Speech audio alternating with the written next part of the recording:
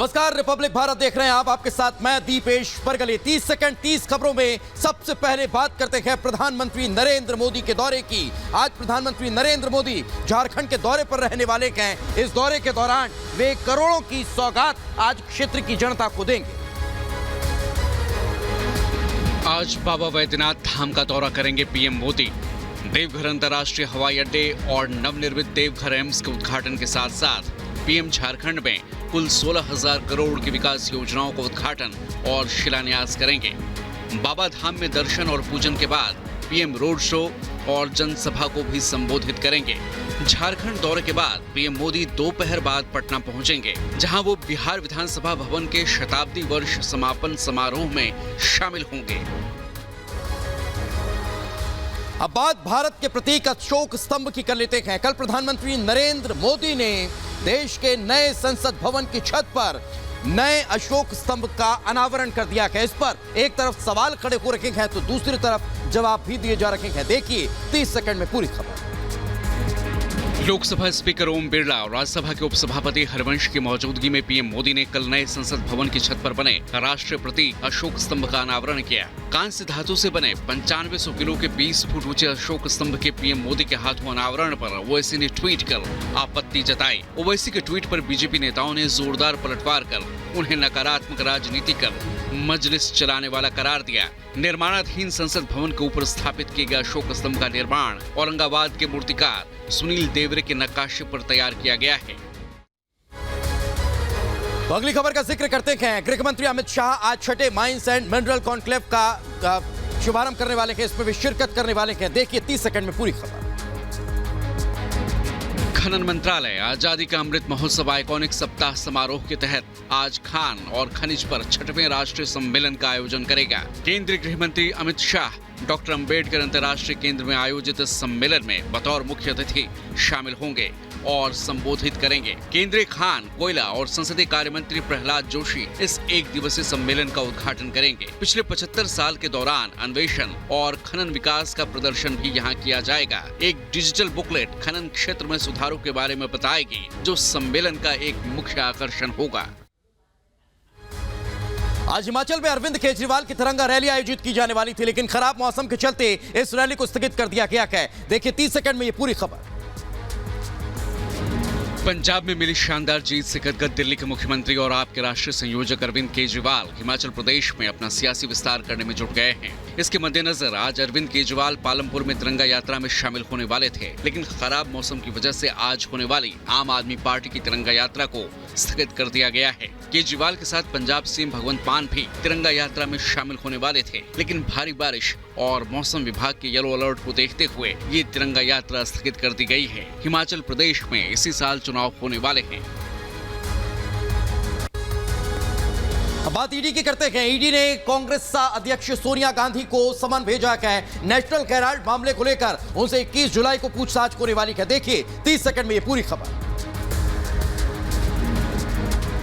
अब 21 जुलाई को ईडी के सवालों से होगा सोनिया गांधी का सामना। नेशनल हेराल्ड मामले को लेकर ईडी ने सोनिया गांधी को पूछताछ के लिए बुलाया है। पहले 8 जून को पेशी के लिए सोनिया गांधी को नोटिस जारी किया गया था। हालांकि कोरोना वायरस से संक्रमित पाए जाने के बाद उन्हें 23 जून को बुलाया गया। बाद में सोनिया गांधी ने कुछ और दिनों की मोहलत मांगी थी।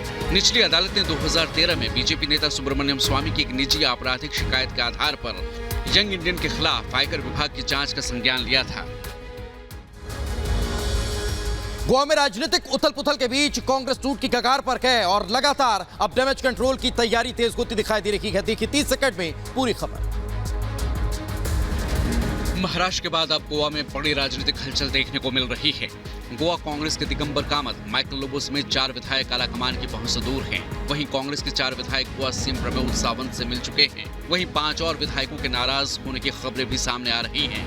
कांग्रेस ने दिगंबर कामत और माइकल लोबो पर बीजेपी के साथ मिलकर साजिश रचने के आरोप लगाए हैं। माइकल लोबो को नेता प्रतिपक्ष पद से हटा दिया गया है, तो वहीं मुकुल वासनिक पणजी पहुंचकर हालात पर नजर बनाए हुए हैं। हालांकि कांग्रेस के आरोपों पर गोवा सीएम प्रमोद सावंत ने साफ कहा है कि उनके पास पहले ही 25 विधायक हैं और कांग्रेस अनर्गल आरोप लगा रही है। इधर जनसंख्या नियंत्रण को लेकर सीएम योगी ने बड़ा बयान दिया है। सीएम योगी ने कहा कि अगर किसी एक समुदाय की आबादी बढ़ जाएगी तो इससे अराजकता का खतरा पैदा होगा। पूरी खबर सिर्फ 30 सेकंड की रिपोर्ट में देखिए। कल विश्व जनसंख्या दिवस के मौके पर सीएम योगी आदित्यनाथ ने बढ़ती जनसंख्या पर चिंता जताई और कहा कि ये देखना जरूरी है कि जनसांख्यिकी असंतुलन की स्थिति पैदा न हो पाए। सीएम योगी ने कहा कि एक वर्ग की आबादी बढ़ी तो अराजकता का खतरा होगा। एक निश्चित पैमाने पर जनसंख्या समाज की उपलब्धि भी है, लेकिन ये उपलब्धि तभी है जब समाज स्वस्थ और आरोग्यता की स्थिति को प्राप्त कर सके। यूपी में मातृ मृत्यु दर और शिशु मृत्यु दर में सुधार आया है और इसे और बेहतर करने की जरूरत है। तो लगातार प्रतिक्रियाएं भी निकलकर सामने आ रही है। मुख्यमंत्री योगी आदित्यनाथ के जनसंख्या वाले इस बयान के बाद अब प्रतिक्रियाएं तेज होती दिखाई दे रही है। किस तरह से सपा नेता ने सवाल खड़े किए हैं, देखिए इस रिपोर्ट।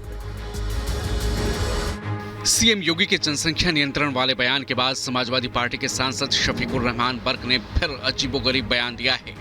बर्क ने कहा, जहां तक औलाद पैदा करने की बात है तो उसका ताल्लुक इंसान से नहीं बल्कि अल्लाह ताला से है। यदि सरकार कानून लाना चाहती है तो लोगों को तालीम दे, तालीम से जनसंख्या के मामले का हल खुद निकल जाएगा। तेजस्वी यादव ने भी योगी के बयान पर पलटवार करते हुए कहा कि अराजकता का कारण बेरोजगारी है। देश में महंगाई, बेरोजगारी और शिक्षा बड़ी समस्या है। तो वहीं ओवैसी ने कहा कि भारत में सबसे ज्यादा कुपोषित बच्चे हैं। इधर इस चर्चा के बीच आज 2 दिवसीय दौरे पर गोरखपुर जाएंगे योगी आदित्यनाथ। क्या क्या कार्यक्रम होगा सीएम का, यहाँ पर इस रिपोर्ट के जरिए जानते हैं। यूपी सीएम योगी आदित्यनाथ आज 2 दिवसीय दौरे पर गोरखपुर पहुंचेंगे। इस दौरान वो विधानसभा क्षेत्रों के 2 बूथों पर बैठक करेंगे और बूथ सशक्तिकरण अभियान से मिशन 2024 को मजबूत करने का प्रयास करेंगे। गोरखपुर में सीएम योगी कई विकास परियोजनाओं का लोकार्पण और शिलान्यास भी करेंगे। मुख्यमंत्री का मानसरोवर मंदिर में हुए जीर्णोद्धार कार्यों का लोकार्पण करने के भी कार्यक्रम है। साथ ही गुरु पूर्णिमा महोत्सव कार्यक्रम में भी वो शामिल होंगे। गोरखपुर में सीएम योगी कई विकास कार्यों की समीक्षा भी करेंगे। अब बात करते हैं एनडीए के राष्ट्रपति उम्मीदवार द्रौपदी मुर्मू के रोड शो की। जयपुर में यह रोड शो का आयोजन किया जाना है, जिसमें भारतीय जनता पार्टी के कार्यकर्ता भी शामिल होने वाले हैं, जो वाहन रैली निकालेंगे। देखिए 30 सेकंड में पूरी खबर। एनडीए के राष्ट्रपति पद की उम्मीदवार द्रौपदी मुर्मू आज राजस्थान के दौरे पर रहेंगी। जयपुर में द्रौपदी मुर्मू का आज 3 किलोमीटर लंबा रोड शो का कार्यक्रम है। द्रौपदी मुर्मू के साथ बीजेपी नेताओं की वाहन रैली भी चलेगी। द्रौपदी मुर्मू जयपुर में सांसदों, विधायकों से राष्ट्रपति चुनाव में समर्थन मांगने आ रही हैं। इससे पहले कल द्रौपदी मुर्मू ने उत्तराखंड में बीजेपी नेताओं के साथ बैठक की थी और राष्ट्रपति चुनाव में समर्थन मांगा था। उत्तराखंड में सेवक सदन में बीजेपी नेताओं ने द्रौपदी मुर्मू का जोरदार स्वागत किया था। इधर विधायकों के बाद अब सांसद भी उद्धव ठाकरे को झटका दे सकते हैं। वो एनडीए की उम्मीदवार द्रौपदी मुर्मू का समर्थन करना चाहते हैं और इससे जुड़ा हुआ खत भी भेजा गया है। पूरी खबर इस रिपोर्ट के जरिए आपको दिखाते हैं। हाथ से सत्ता जाने के बाद उद्धव ठाकरे की मुश्किलें लगातार बढ़ रही हैं। कल उद्धव ने शिवसेना सांसदों की बैठक बुलाई, लेकिन इस बैठक में 7 सांसद नहीं पहुंचे। यानी 19 सांसदों में से सिर्फ 12 सांसद ही उद्धव की मीटिंग में शामिल हुए। इससे पहले कुछ सांसदों ने उद्धव ठाकरे को एकनाथ शिंदे से सलाह करने की सिफारिश की थी, लेकिन उद्धव ने इससे साफ इनकार कर दिया। अब खबर है कि शिवसेना के सांसदों ने एनडीए के राष्ट्रपति पद की उम्मीदवार द्रौपदी मुर्मू के पक्ष में वोट करने की बात उद्धव से की है। महाराष्ट्र में हुए सियासी उठापटक के बाद आज एनसीपी के राज्य कार्यकारिणी की बैठक होने जा रही है। किस तरह की चर्चाएं इसमें होंगी, देखिए इस रिपोर्ट। महाराष्ट्र में सत्ता गंवाने के बाद एनसीपी में बैठकों का दौर जारी है। महाराष्ट्र एनसीपी राज्य कार्यकारिणी के सुबह 11 बजे वाईबी चौहान सेंटर में बैठक होगी। शरद पवार, अजीत पवार, सुप्रिया सुले के साथ एनसीपी के बड़े नेता इस बैठक में मौजूद रहेंगे। बैठक में आगामी स्थानीय निकाय चुनाव की तैयारियों पर चर्चा होगी। महाराष्ट्र में बदले सत्ता समीकरण के बाद एनसीपी निकाय चुनाव की तैयारियों में जुट गई है। वहीं शिवसेना के उद्धव गुट को शिंदे कैंप की तरफ से एक के बाद एक नए झटके मिल रहे हैं। इधर वाराणसी की ज्ञानवापी मस्जिद के मामले में आज अदालत में सुनवाई होने वाली है। मुस्लिम पक्ष की दलीलों और उसके दौरान जिरह होगी और फिर इस पर कोर्ट सुनवाई करने वाला है। पूरी खबर इस रिपोर्ट में आपको। काशी विश्वनाथ मंदिर परिसर में स्थित ज्ञानवापी श्रृंगार गौरी प्रकरण में आज फिर कोर्ट में सुनवाई होगी। आज मुस्लिम पक्ष की जिरह पूरी होने के बाद फिर हिंदू पक्ष अपनी दलीलें पेश करेगा और बताएगा कि मुकदमा सुनवाई योग्य क्यों है। प्रतिवादी पक्ष की महिलाओं का दावा है कि ज्ञानवापी में प्लेसेज ऑफ वर्शिप एक्ट 1991 लागू नहीं होता, क्योंकि आजादी के बाद 1991 तक ज्ञानवापी परिसर में स्थित मां श्रृंगार गौरी का नियमित दर्शन पूजन होता रहा है। ज्ञानवापी मां श्रृंगार गौरी केस में सुनवाई से पहले ही हिंदू पक्ष ने ट्रस्ट का ऐलान किया है। ट्रस्ट का नाम है श्री आदि महादेव काशी धर्मालय मुक्ति न्यास ट्रस्ट। जामताड़ा के सरकारी स्कूलों में मजहबी छुट्टी के मसले की खबर प्रमुखता से दिखाए जाने के बाद असर होता दिखाई दिया है। अब इस पूरे मसले को लेकर जिला शिक्षा अधिकारी ने कार्रवाई की बात की है। देखिए 30 सेकंड में ये पूरी खबर। जामताड़ा में मजहबी छुट्टी की घुट्टी पिलाने के रिपब्लिक भारत के खुलासे का बड़ा असर हुआ है। रविवार की जगह शुक्रवार को छुट्टी दिए जाने और सरकारी स्कूलों को उर्दू स्कूल लिख दिए जाने पर जिला शिक्षा अधिकारी ने स्कूलों को नोटिस जारी किया है। शिक्षा मंत्री ने 7 दिनों में रिपोर्ट मांगी है, जबकि जामताड़ा जिला शिक्षा अधिकारी ने शिक्षा सचिव को लिखी चिट्ठी में बताया कि जिले के 8 स्कूलों के अलावा बाकी सभी स्कूलों से उर्दू हटाने और रविवार को ही छुट्टी देने का निर्देश दिया गया है। साथ ही स्कूलों से स्पष्टीकरण भी मांगा गया है। जी हाँ, जामताड़ा जिला, झारखंड का ये जामताड़ा जिला दरअसल साइबर क्राइम के लिए मशहूर है और यहाँ के कांग्रेस नेता कहते हैं कि यहाँ के जो लोग ये काम करते हैं दरअसल वो इनका स्किल है, वो ईश्वरीय वरदान है। पूरी खबर इस रिपोर्ट के जरिए। जामताड़ा से कांग्रेस विधायक इरफान अंसारी ने साइबर अपराधियों को लेकर विवादित बयान दिया है। इरफान अंसारी ने साइबर अपराधियों को गॉड गिफ्टेड करार दिया। यहाँ तो लोग टॉपर हैं। बताइए, आज जो जामताड़ा में आप देख लीजिएगा, जो एक से एक साइबर माइंड है, लोगों का पैसा चंद मिनट में उड़ा देता है लड़का लोग, तो क्या है वो गॉड गिफ्टेड है। वहीं कांग्रेस विधायक के बयान पर प्रदेश बीजेपी ने पलटवार किया और कहा कि उनके इस बयान से युवा साइबर क्राइम की ओर जाएंगे और साइबर अपराधियों का मनोबल बढ़ेगा। अब बात मौसम की कर लेते हैं। भारतीय मौसम विभाग ने आज भारी बारिश की संभावना जताई है। गुजरात, मध्य महाराष्ट्र समेत कई राज्यों में बारिश को लेकर संभावना जताई जा रही है। देखिए 30 सेकंड में ये पूरी खबर। देश के कई हिस्सों में बारिश से बाढ़ जैसे हालात बन गए हैं। मौसम विभाग ने गुजरात, महाराष्ट्र, कर्नाटक, उत्तराखंड में आज से भारी बारिश का अलर्ट जारी किया है। उत्तराखंड के देहरादून, टिहरी और पौड़ी में बारिश का येलो अलर्ट जारी किया गया है। गुजरात में भारी बारिश से कई इलाकों में बाढ़ जैसे हालात बने हुए हैं। जूनागढ़ और राजकोट पानी में डूब चुका है। महाराष्ट्र के गढ़चिरौली में सीएम शिंदे और डिप्टी सीएम फडणवीस ने बाढ़ से बने हालात का जायजा लिया। इधर बाढ़ और बारिश की वजह से सबसे बुरा हाल पूरे गुजरात का है। अभी तक यहां आकाशीय बिजली गिरने की वजह से 63 लोगों की मौत हो गई है। साथ ही 8 जिले ऐसे हैं जहां रेड अलर्ट जारी किया गया है। पूरी खबर 30 सेकंड में दिखाते हैं। गुजरात में बारिश और बाढ़ से जनजीवन अस्त व्यस्त है। वलसाड, नवसारी, अहमदाबाद, दक्षिण गुजरात और सौराष्ट्र में हाल बेहाल है। अब तक 9000 लोगों को विस्थापित किया जा चुका है। 6 जिलों में भारी बारिश की वजह से स्कूल कॉलेज बंद कर दिए गए हैं। गुजरात के 8 जिलों में रेड अलर्ट है। अब तक 63 लोगों की मौत हो चुकी है। सीएम भूपेंद्र पटेल राज्य में बाढ़ के हालात पर लगातार नजर बनाए हुए हैं। राहत और बचाव के लिए एनडीआरएफ और एसडीआरएफ को तैनात किया गया है। पिछले 24 घंटे के दौरान राज्य में 468 लोगों का रेस्क्यू किया गया है। भोपाल में भारी बारिश ने लोगों का जीना मुहाल कर दिया। कल दिन भर हुई बारिश की वजह से शहर की कई सड़कें जलमग्न होती नजर आई।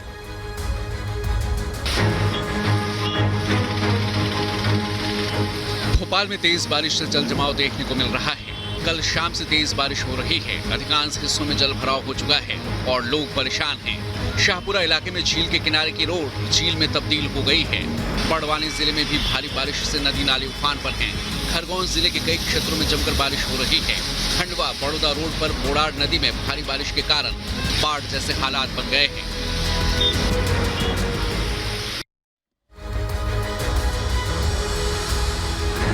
देश के कई राज्यों में भारी बारिश के चलते बाढ़ के हालात पैदा हो गए हैं। कर्नाटक, महाराष्ट्र और असम के कई हिस्सों में बाढ़ के कारण जान माल के नुकसान की खबर है। असम में सबसे ज्यादा तबाही हुई है। कर्नाटक में कावेरी नदी के किनारे रहने वाले लोगों को सतर्क कर दिया गया है। राज्य की वर्धा, कुमुदवती, तुंगभद्रा नदियां उफान पर हैं। कलबुर्गी, बेलगावी और बीदर में भी अलर्ट जारी किया गया है। महाराष्ट्र में भी लगातार बारिश से बाढ़ जैसे हालात हैं। वहीं असम में 11 जिले बाढ़ में डूबे हैं और बारिश, बाढ़ और भूस्खलन से अब तक 190 लोगों की मौत हो चुकी है। इधर और न्यूज के सह संपादक मोहम्मद जुबैर की अर्जी पर आज अदालत में सुनवाई होने वाली है। पूरी खबर इस रिपोर्ट में आपको दिखाते हैं। ऑल न्यूज के सह संस्थापक मोहम्मद जुबैर की जमानत अर्जी पर पटियाला हाउस कोर्ट सुनवाई करेगा। चीफ मेट्रोपॉलिटन मजिस्ट्रेट से जमानत अर्जी खारिज होने के आदेश को जुबैर ने सेशन कोर्ट में चुनौती दी है। साल 2018 में किए गए ट्वीट के चलते जुबैर पर धार्मिक भावनाएं आहत करने और वैमनस्य फैलाने के आरोप हैं और इस मामले में दिल्ली पुलिस ने जुबैर को गिरफ्तार किया था। बाद में उसके खिलाफ एफसीआर एक्ट के सेक्शन 35 और सबूतों के साथ छेड़छाड़ का मामला भी दर्ज कर लिया गया। अपने ट्वीट में स्वामी यति नरसिंहानंद, बजरंग मुनि और आनंद स्वरूप को नफरत फैलाने वाले बताने के चलते जुबैर पर एफआईआर दर्ज हुई है। अब बात करते हैं आम आदमी पार्टी में राघव चड्ढा के लगातार बढ़ते कद की। आम आदमी पार्टी की पंजाब सरकार को राघव चड्ढा अब सलाह देने का काम करेंगे। देखिए 30 सेकंड में ये पूरी खबर। राघव चड्ढा पंजाब में आप सरकार के कामकाज को लेकर सलाह देंगे। राज्यसभा सांसद राघव चड्ढा को पंजाब सरकार की एडवाइजरी कमेटी का चेयरमैन बनाया गया है। ये एडवाइजरी कमेटी सरकार को कामकाज को लेकर सलाह देगी। इसके अलावा कमेटी सरकारी कामकाज में सुधार के लिए सिफारिशें भी करेगी। राघव चड्ढा को एडवाइजरी कमेटी का चेयरमैन बनाए जाने पर विपक्ष ने भगवंत मान सरकार पर हमला बोला है। बीजेपी नेता तरन चुग ने ट्वीट कर कहा कि ये पंजाब के लिए शर्मनाक दिन है। इधर पंचतरणी बेस कैंप से एक बार फिर बाबा बर्फानी की यात्रा शुरू हो गई है। बादल फटने के बाद यात्रा को रोक दिया गया था। अमरनाथ यात्रा सोमवार से दोबारा शुरू हो गई है। पिछले शुक्रवार शाम को अमरनाथ गुफा के पास बादल फटने की घटना के बाद यात्रा पर आंशिक रूप से रोक लगाई गई थी। रोक के बाद श्रद्धालुओं का पहला जत्था कल सुबह 5 बजे जम्मू बेस कैंप से अमरनाथ के लिए रवाना हुआ। इस बार श्रद्धालुओं को पंचतरणी रूट से बाबा अमरनाथ की पवित्र गुफा तक ले जाया जा रहा है। इसी रूट से श्रद्धालु पवित्र गुफा में बाबा बर्फानी के दर्शन कर सकेंगे। यात्रा में सीआरपीएफ के जवान श्रद्धालुओं को सुरक्षित आगे बढ़ने में मदद कर रहे हैं। पहलगाम और बालटाल में बने बेस कैंप से किसी भी यात्री को आगे जाने की इजाजत नहीं है। जापान के पूर्व प्रधानमंत्री शिंजो आबे की आत्मा की शांति के लिए भारत में सारनाथ में पूजा अर्चना का आयोजन किया गया है। देखिए 30 सेकंड में ये पूरी खबर। भारत में शिंजो आबे की आत्मा की शांति के लिए सारनाथ स्थित Dharmachakra Indo Japan Buddhist culture society की ओर से आज सुबह 10 बजे पूजा का आयोजन किया गया है। शिंजो आबे का आज ही टोक्यो में अंतिम संस्कार किया जाएगा। आबे की 8 जुलाई को पश्चिमी जापान में एक चुनावी कार्यक्रम के दौरान गोली मारकर हत्या कर दी गई थी। शिंजो आबे के निधन पर पीएम मोदी ने शोक जताया था और देश में एक दिन के राष्ट्रीय शोक का ऐलान किया गया था। इधर श्रीलंका में हालात अराजक बने हुए हैं। प्रधानमंत्री के बाद अब कैबिनेट के मंत्री भी इस्तीफा देने वाले हैं, लेकिन इस बीच प्रदर्शनकारियों ने साफ तौर पर इनकार कर दिया है कि वो गोटाबाया के इस्तीफे के बाद भी राष्ट्रपति भवन को नहीं छोड़ने वाले। श्रीलंका में पिछले 3 महीने से जारी आर्थिक और राजनीतिक संकट के बीच राष्ट्रपति गोटाबाया राजपक्षे ने आधिकारिक तौर पर अपने इस्तीफे का ऐलान कर दिया है। उन्होंने इस बारे में पीएम रानिल विक्रमसिंघे को जानकारी दी। श्रीलंका के प्रधानमंत्री कार्यालय के मुताबिक गोटाबाया राजपक्षे 13 जुलाई को अपने इस्तीफे का ऐलान करेंगे। दूसरी तरफ श्रीलंका में सर्वदलीय सरकार बनने के बाद विक्रमसिंघे सरकार के मंत्री भी इस्तीफा देंगे। वहीं श्रीलंका में प्रदर्शनकारियों ने साफ कर दिया है कि जब तक राष्ट्रपति गोटाबाया राजपक्षे इस्तीफा नहीं देते तब तक वो राष्ट्रपति भवन खाली नहीं करेंगे।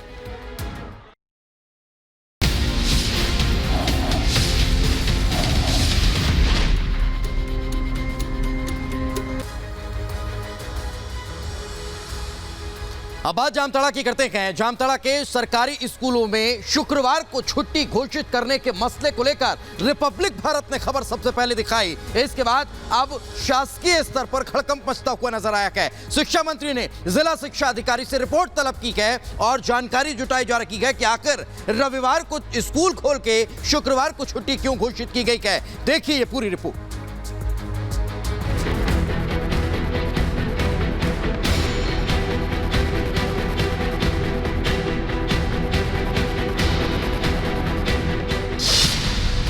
बचपन से सुनते आ रहे हैं संडे इज नेशनल हॉलीडे, रविवार यानी छुट्टी का वार। लेकिन झारखंड के जामताड़ा जिले में ये बात बदली सी है। यहाँ बच्चों को इतवार का नहीं शुक्रवार का इंतजार रहता है, क्योंकि यहाँ आबादी के दबाव में सरकारी निर्देश नहीं निजी कायदा चलता है। यही वजह है कि यहाँ के मिड डे मील के मेन्यू से शुक्रवार गायब है, क्योंकि यहाँ के लिए शुक्रवार यानी छुट्टी का वार। आरोप लगे कि जामताड़ा में सरकार और शिक्षा विभाग के निर्देशों को धता बताकर मजहबी घुट्टी पिलाई जा रही है। इसकी हकीकत परखने रिपब्लिक भारत सबसे पहले ग्राउंड जीरो पर पहुंचा और जो देखा वो कैमरे की नजर से आपके सामने ला रहे हैं।